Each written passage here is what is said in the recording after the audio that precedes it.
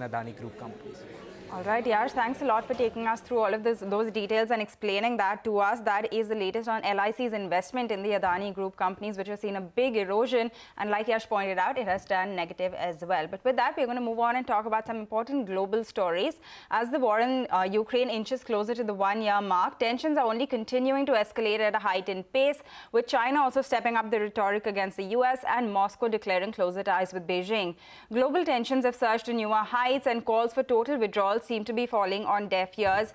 In fact, US President Joe Biden's surprise visit to Kyiv has only made matters worse. So our correspondent Sanjay Suri brings us the latest all the way from Ukraine. The war in Ukraine is hotting up, and there are signs that this could now spill over well beyond the level that we've seen so far. This is escalating now into a confrontation between the US at the head of NATO on one side and Russia and China on the other. At the moment, that escalation is political and not military in any direct sense, but the political escalation is over a serious war.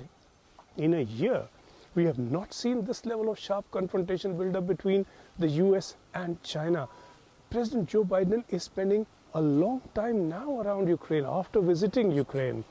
He gave a firm policy speech in Warsaw where he declared stronger military backing for Ukraine all the way.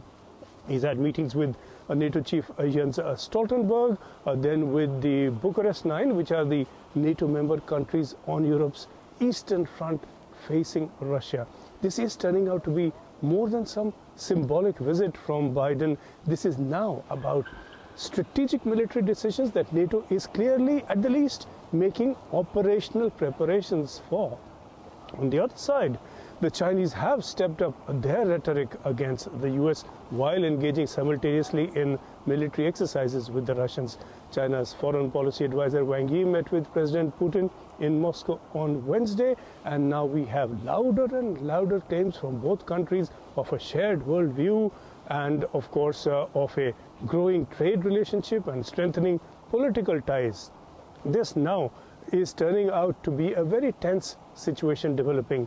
The US says China is preparing to deliver lethal arms to Russia. China denies this. China has said it will offer a political solution to the problem on the anniversary of the invasion on February the 24th. Now, if that is less than full Russian withdrawal from Ukraine, including Crimea, Ukraine will not accept, nor likely will NATO. And full withdrawal is something Putin is unlikely to accept. The war is in Ukraine, but Ukraine could become the theater, perhaps even a launchpad for a great deal more.